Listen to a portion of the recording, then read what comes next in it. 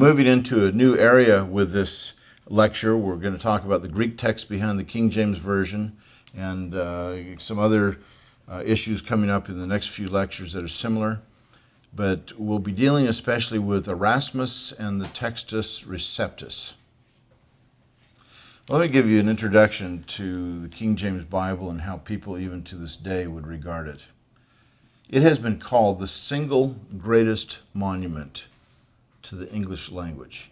It has shaped the English language more than any other single source and almost more than all the other sources put together, including Shakespeare.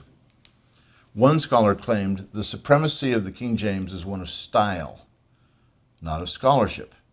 The men who made it did not set out to manufacture a literary classic. Classics are seldom made to order. Yet they did produce one, perhaps the only classic ever turned in by a committee. Remarkable. 47 scholars. They had a wonderful sense of English cadence. And they were good scholars, too. For their day, they were superb scholars. But they actually ended up making a better translation for its style than for its accuracy. The linguist Mario Pei observed, "The King James Bible and Shakespeare together are responsible for well over half of all our language clichés and stock phrases." That's huge.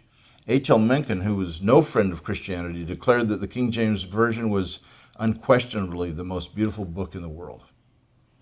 I would actually recommend that every English-speaking Christian own a King James Bible. It's not the kind of thing that we can neglect, but you also must own another translation, one that's more accurate. But it's just a terrific literary work, and it tells us about our religious heritage and the heritage of the English-speaking world. Well, why such accolades? It has rhythm, balance, dignity, and force of style that is unparalleled in any other translation. There have been some that have attempted to do this. The ESV today has been meant to be understated elegance, and it had Leland Ryken on the translation committee, who is an English literature professor at Wheaton College, and I think it's accomplished that. It is understated elegance. Then there's the NIV and that tradition, which is very good in readability, but not good in elegance. It's perhaps a little bit too conversational, and so it's harder to memorize from precisely because of that. But it's very good for reading the text. Translations try to accomplish different goals. What the King James Bible accomplished was style and cadence and memorability, so that even today, if someone is to recite John 3:16, even if they've never read the King James Bible, almost always it's recited the way it says it in the King James Bible. You may have grown up on a different translation, and you'll still recite it out of the King James because the cadence is easy to remember. Well, there's problems with the King James, though. It's not perfect. There's two fundamental problems with it. First of all, the translation is dated. It's over 400 years old now. And secondly, the textual basis is inferior.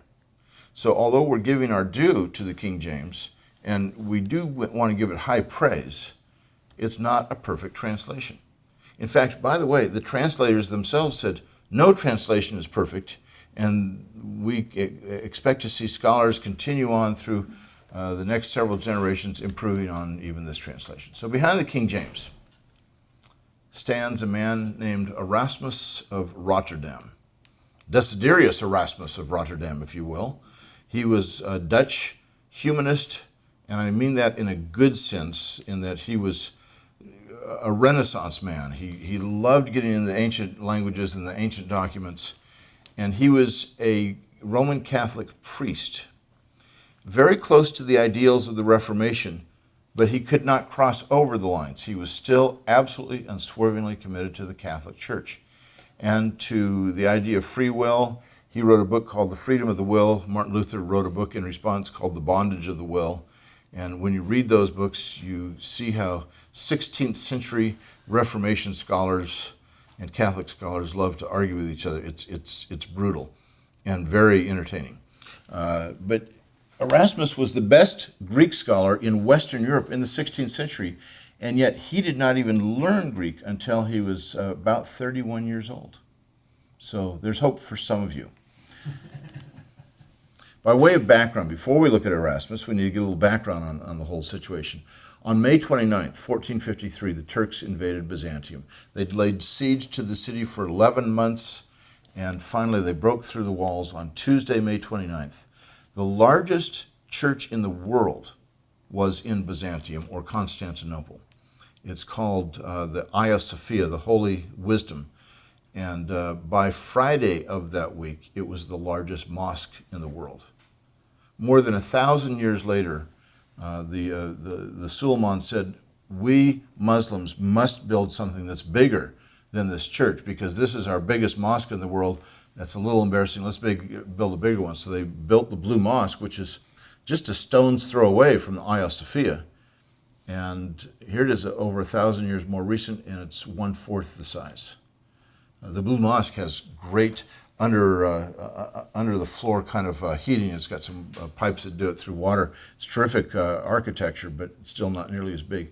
In the Hagia Sophia, it has this dome, the largest dome in the world, I believe, with hollow bricks in it, so that they won't come crashing down. And they just remarkable architecture that's over 1,000 years old in the 1500s. So 1453, the Turks invade Byzantium. Well, why is that significant? Because these scribes and these monks who had been copying out ancient Greek texts, Greek literature, and the scriptures fled into Western Europe with these manuscripts. And because of that, the Reformation was born, and the Renaissance got a huge shot in the arm to keep moving. The next year, 1454, the movable type printing press was invented by Johann Gutenberg. And you think about two of the greatest events in Western civilization history happening 1 year after another. Normally we think, man, things are moving in the 20th and 21st century fast. But I think 5 of the 10 great events of the last millennium happened within 100 years, and they go back starting with the Turkish invasion of Byzantium. Then on March 1st, 1516, Erasmus's text was first printed. And he had the first printed New Testament to be published, I should say. There was another one that was printed before his, the Complutensian Polyglot, in 1514, but it wasn't published. It was printed by the Spanish at a monastery in Spain. They were waiting to get the church's imprimatur on it, and they had to wait until 1522, 8 years before they got that permission to get it published. So it sat, 800 copies sit in a warehouse until it's done. So Erasmus knew about this, and he was rushing to get his Greek New Testament published. So his is the first to be published, but not the first to be printed. Now, his Greek New Testament, let's talk about it for a little bit. He took this through 5 editions. The first one is known as the Novum Instrumentum, or the New Instrument, 1516. Every one of these editions was a Greek-Latin diaglot. He never published the Greek New Testament without his own Latin translation with it as well. And there's an important reason for this. He was essentially saying, my Latin translation is better than Jerome's. Now think about this, coming from a Roman Catholic priest where the sacred scriptures were in Latin and were Jerome's Vulgate that he had done 1,000 years earlier, and this upstart is saying, my Latin translation is better. Well, why do you say that it's better? Well, look at the Greek manuscripts that I'm actually basing on, as if Jerome didn't. But that was what he was attempting to accomplish. But his basis for putting this together was 7 manuscripts, not a single one of them earlier than the 11th century. Now, this was later known as the Textus Receptus. It wasn't called that until 1633. Textus Receptus is Latin for the text that's received, and it's received by all is the idea. This was actually an advertising blurb in a Greek New Testament based on Erasmus's text by the Elzevers, an uncle and his nephew, in 1633. But then it kind of became backwards applied to Erasmus's text. Now, he based his work on 7 manuscripts, none earlier than the 11th century. Today we have almost 1,000 times as many manuscripts, some of which reach back almost 1,000 times, 1,000 years earlier than the earliest King James Version manuscripts. So we've got quite a bit of difference here. Are we going to say those don't count, those don't matter, let's go back to the King James? That's not honoring. I don't think that's honoring to Christ, because it's not honoring to the recognition of history and the significance that God became man in space-time history, and we need to do historical inquiry if we want to honor him properly. Well, his first edition, Erasmus confessed that it was thrown together more than edited, and it has been called the most poorly edited book ever published. And what Erasmus did was he used whatever manuscripts he had available in Basel, Switzerland, all of which most likely came from Constantinople after these monks left from there.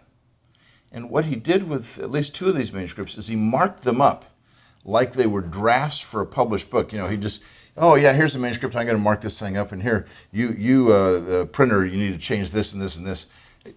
These are priceless manuscripts that you're just marking up that way. But that's not how he viewed them back then. And in fact, until fairly recently, scholars would typically mark up manuscripts when they examined them.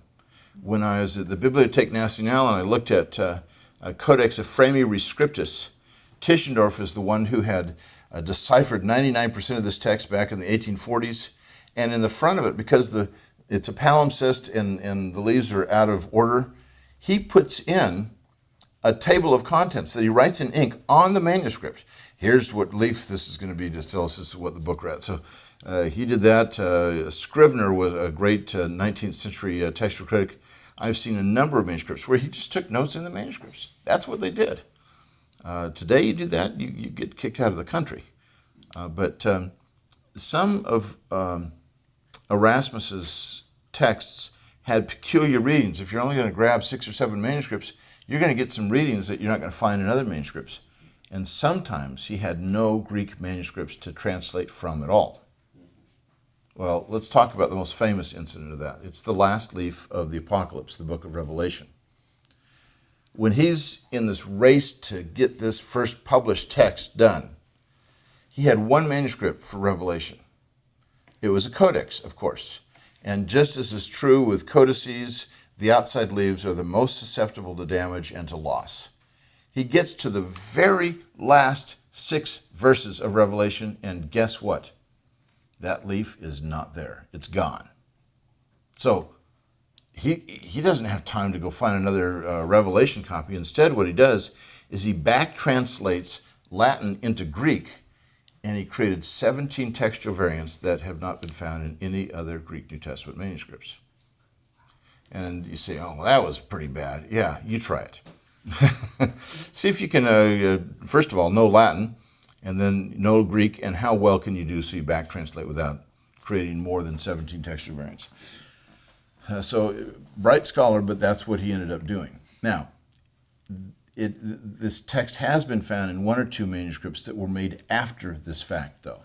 And there are King James only people who will say, no, people are lying when they say it hasn't been found in any other manuscripts. Well, it has, but these manuscripts have been based on what Erasmus did, so not earlier than his.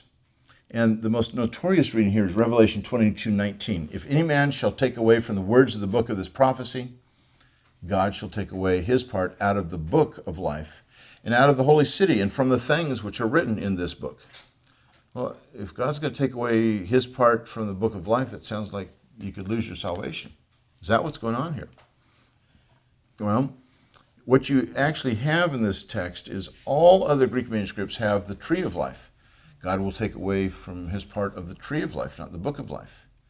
And the Greek word is xulu, tree. The word for book in Greek is biblu. Those words don't look like each other except for the last syllable. But now you look at the Latin for book, and it's libro, and the Latin for tree is ligno. Very similar. In fact, just 2 letters difference, and R and N look very, very similar to each other. So somebody's going to make a slight confusion here, and that's how the book of life got into Revelation 22:19 in the King James Bible. But it's not original. It's not authentic. Unless you want to say Erasmus is inspired. A Roman Catholic priest wrote inspired scripture. Not too many Protestants would be willing to go there. The most notorious reading of the King James Version is the Johanneum, the Trinitarian formula in 1 John 5, 7, and 8. And here it says in the King James, "For there are three that bear record in heaven, the Father, the Word, and the Holy Ghost, and these three are one. And there are three that bear witness in earth, the Spirit, and the water, and the blood, and these three agree in one." Now, most modern translations here have, "For there are three that testify, the Spirit, and the water, and the blood, and these three are in agreement." Now, it doesn't say that they're on the earth, but you have basically the Spirit and the water and the blood in both the King James and modern translations, and these three agree in one, these three are in agreement. Those words are the same.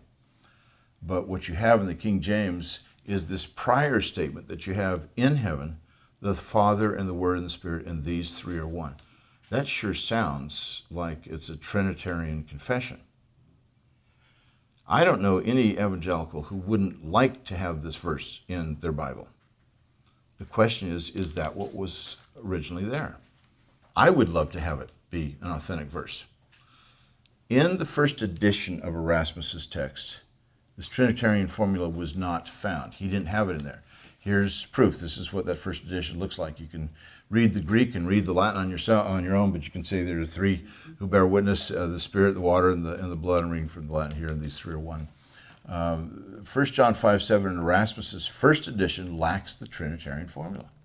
Well, how did it get into the King James Bible then? Well, his second edition came out in 1519. Now, it's an important point to remember.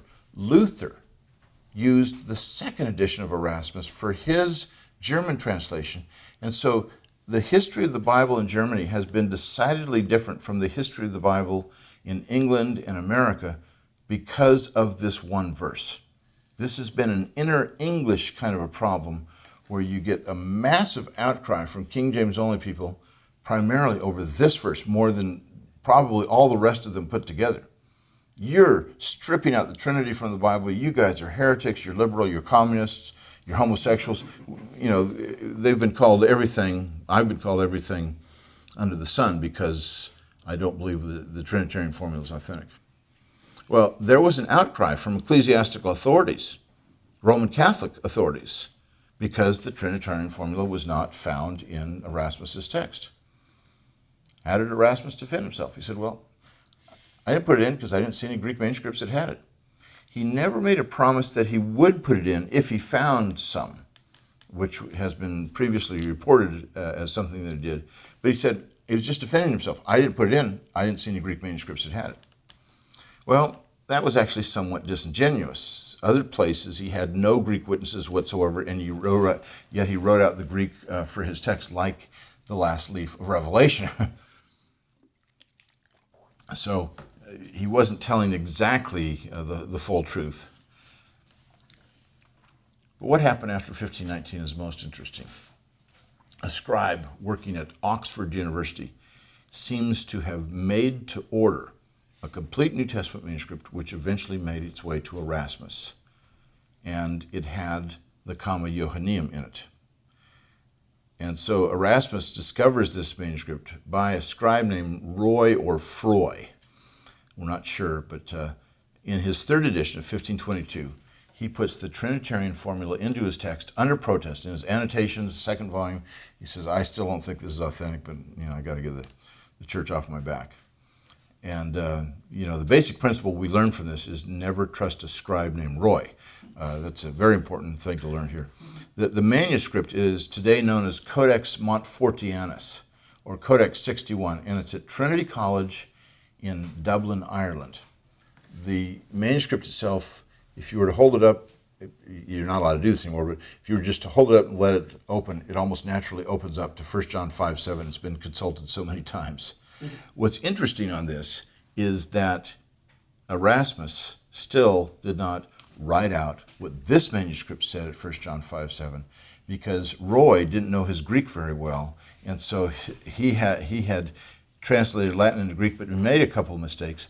So Erasmus corrected those mistakes and wrote the Greek better. He still didn't have Greek manuscript testimony for what he put into his text. So the Trinitarian formula at 1 John 5, 7 is found only today in 9 late Greek manuscripts 4 of them in the text, and 5 in the margins where they've been added to the text because somebody was upset that they didn't put it in there.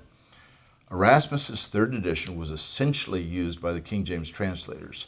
It went through 5 editions, and there were some others, Stephanus and Beza, that did editions, but it really goes back to Erasmus's third edition is the fundamental basis for the King James. The oldest manuscript that has this is from the 10th century, but the Trinitarian formula itself is not found in the 10th century text, but in a much later marginal note. The oldest manuscript with a Trinitarian formula in the text is from the 14th century. And so the one that was made to order, Codex Montfortianus, was not the only one. There were others, but they're not early. And there's only 9 of them, only 4 in the text. In the summer of 2010, I was examining all the manuscripts at the Bavarian State Library, all 38, preparing them for them to photograph. And I came across a manuscript, I believe it's Codex 117. So it has been known for at least a couple hundred years. And as I'm preparing it for photography, I come to 1 John 5, and I noticed in the upper margin above the text, the Trinitarian formula written out. It was not listed in Metzger or other sources that talk about these places. Metzger's textual commentary, a very famous work on manuscripts and on textual variants, says there are 8 manuscripts that have the Trinitarian formula either in text or margin. Well, there's now 9. But it was late. And in fact, I know that note was written after the year 1551. How can I be so precise? Because it says 1 John 5, 7. When did verse numbers get invented? 1551. So it had to be written after that. Well, the comma is not found in any ancient versions except the Latin. It's not mentioned in the early church councils that affirm the Trinity, and yet they would love to have this in their councils. They would love to have used this verse to affirm the Trinity. Why don't any of the Greek fathers use it? The earliest certain evidence we have for it comes from the late 4th century in the writings of Priscillian, the heretic. But we have it that early. Now, again, these church fathers would love to have this Trinitarian formula. But the other side of this is that these church fathers at the Council of Nicaea, of Constantinople, of Chalcedon, they affirmed the Trinity without having to look at a verse like this. They could find it in their Bibles apart from this. This is why I think a guy like Bart Ehrman is disingenuous in his misquoting Jesus when he talks about how, well, yeah, the Orthodox scribes have changed the text. And this is one of his prime examples. Well, what Orthodox scribes are we talking about? Roy? And long after the manuscripts had been in circulation, modern translations don't use it.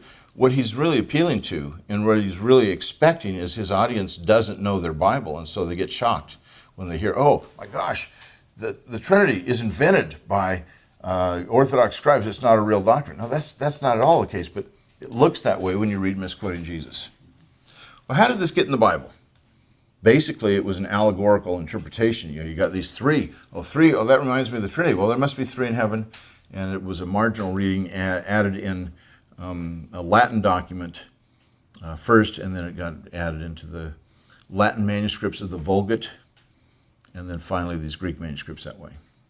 So the issue here is history. It's not heresy. The Trinity is amply found in the New Testament, regardless of whether this verse is authentic or not, but it's not authentic. And to argue that you guys are denying the Trinity because you get rid of this verse is really a very silly notion that is anti-intellectual and anti-solid historical research. Well, let me conclude with this. Erasmus had 5 editions that he produced. His texts then went through Stephanus, who did 4 editions, and Stephanus' 1550 edition is the first Greek New Testament, published Greek New Testament, to list textual variants in manuscripts, 15 different manuscripts. His 4th edition of 1551 was the first one to have verse numbers in it. Then Theodore Beza had 11 editions. Most people know about 10 of those, but I've actually seen an 11th that was an unnumbered edition. And his 1589 edition was really the one that stood behind the King James. But it's in a direct line from Erasmus and Stephanus. This text, the comma Johanneum, the Trinitarian formula, has an inferior textual basis. The Textus Receptus, at the same time, has only about 5,000 differences from our standard critical text today. That's pretty amazing. Here it's based on very late manuscripts, and it's got a 2% growth over 1,400 years from what we would consider to be the original text. Are there essential doctrines that are at stake here? Not one. Not one. The same people who could sign doctrinal statements in the age of the King James Bible can do it today. Nobody has ever changed their doctrinal statement because they've changed Bibles. It doesn't affect essential doctrines. Modern translations, King James only people say, well, your modern translations only have 90% of the Word of God. When the reality is more like the King James Bible has 110% of the Word of God, and we're trying to burn off the dross to get to the gold, So it all depends on what perspective you're starting with. But I think they have added to the Word of God, and not intentionally, but that's what happened. So in spite of the poor textual basis, the King James is unmatched in its literary quality. It's valuable on that level, but I would not use it as a translation for its accuracy, either in terms of translation or especially in terms of text. Thank you very much. The greatest stories, the greatest events, the greatest people, the personalities, struggles, bad guys, good guys, all kinds of stuff are filled in our heritage. But most importantly, our heritage is about finding God. Because we believe that we, as Tim prayed earlier, are indwelt by the Holy Spirit. We believe that there have been many people before us that have been indwelt by the same Holy Spirit, and that we have a connection, a spiritual DNA, if you will, that we go back and we find that, and we find inspiration, we find hope, and we find the challenges that they've gone through, and we don't have to relive things and the mistakes of the past. Yeah.